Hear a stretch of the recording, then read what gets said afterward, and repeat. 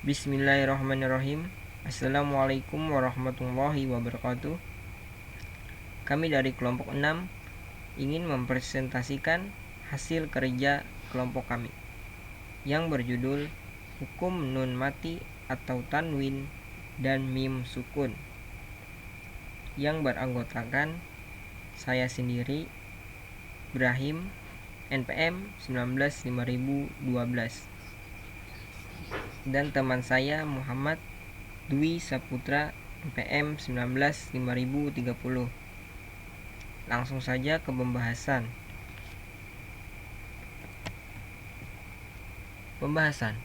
Hukum nun sukun atau tanwin dan mim mati. 1. Ijhar. A. Cara membaca ijhar dan tingkatannya.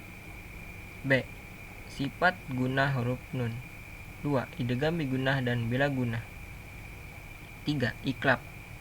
4. Ihfa dan tingkatannya. 5. Skema hukum nun tanwin. 6. Hukum mim sukun. A. 3 hukum mim sukun. B. Skema hukum mim sukun.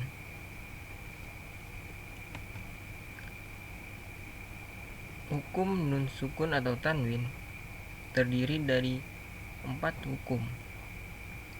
1. Ijhar. 2. Idgham. 3. Iklab. 4. Ikhfa. Ijhar. Pengertian ijhar. Ijhar berarti jelas. Cara pengertian dalam ilmu tajwid, ijhar adalah bacaan yang terjadi sebab hukum ijhar berada setelah tanwin atau nun mati. Huruf ijhar. Huruf ijhar ada 6: ain, ha, ho, ghain, hamzah, dan ha.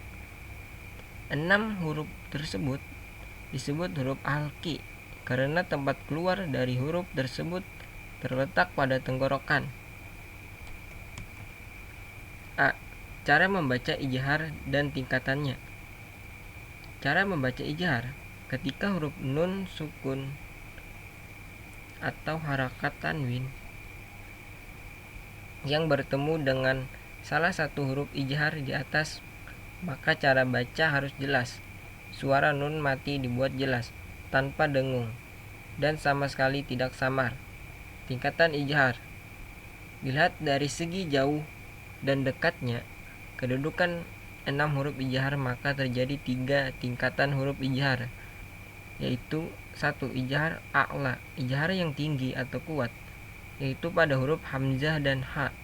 2. Ijhar ausat, ijhar pertengahan, yaitu pada huruf ain dan ho. 3. Ijhar adna, ijhar yang rendah atau lemah, yaitu pada huruf ghain dan ho. B. Sifat gunah huruf nun. Pengertian gunah. Gunah artinya dengung. Secara istilah, gunah atau sifat gunah adalah suara tambahan yang berirama yang keluar dari hidung tanpa ada pengaruh dari lidah. Gunah atau sifat gunah yang hanya dimiliki oleh 2 huruf, yaitu nun dan mim. Gunah juga merupakan bagian pelengkap untuk nun dan mim.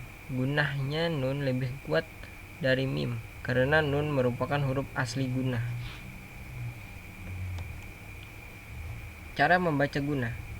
Cara membaca gunah nun dan mim adalah dengan mengeluarkan suara dari hidung atau mendengungkan hidung. Panjang bacaan gunah menurut ulama adalah 2 harakat atau lebih panjang sedikit dari panjang mad tabi'i. Idgham bigunah dan bila gunah. Idgham bigunah. Idgham bigunah ialah idgham, maknanya adalah meleburkan satu huruf yang berada di depan ke dalam huruf yang ada sesudahnya, atau bisa dikatakan dengan bahasa Arab adalah ditasdidkan. Berarti dengan gunah berarti dengung. Jadi idgham bigunah ialah membaca dengan dengung. Cara membaca idgham bigunah. Cara membaca dari idgham bigunah yaitu dengan cara meleburkan nun mati atau tanwin, baik itu dhammah tanwin, kasroh tanwin, ataupun fathah tanwin. Jadi suatu huruf yang ada di depannya mim, nun, waw, dan ya, atau dari keempat huruf tersebut seolah-olah seperti diberi tanda tasydid dan diiringi dengan menggunakan suara yang berdengung. 1 alif atau sekitar 2-3 harokat.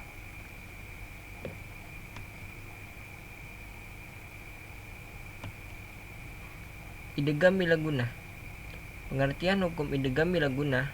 Hukum idgham bila gunah yaitu suatu hukum tajwid yang terjadi ketika ada nun sukun atau tanwin bertemu dengan huruf idgham bila gunah yaitu lam dan ro, dan dibaca dengan tidak menggunakan suara yang berdengung. Cara membaca idgham bila gunah. Cara membacanya yaitu dengan cara meleburkan huruf hijaiyah nun sukun atau tanwin tersebut menjadi suara huruf hijaiyah sesudahnya, yaitu huruf lam ataupun ro. Atau dengan cara lafaz yang kedua, huruf hijaiyah tersebut seakan-akan diberi tanda tasydid dengan tanpa diikuti dengan suara berdengung atau gunah. Iklab. Pengertian iklab. Iklab yaitu salah satu dari hukum tajwid yang terjadi ketika ada huruf nun sukun atau tanwin yang bertemu dengan huruf iklab yaitu ba. Secara harfiah, iklab mempunyai arti menggantikan atau mengubah sesuatu dari bentuk aslinya. Cara membaca hukum iklab. Cara membaca iklab yaitu dengan cara menggantikan mengubah huruf nun sukun ataupun tanwin jadi suara huruf mim.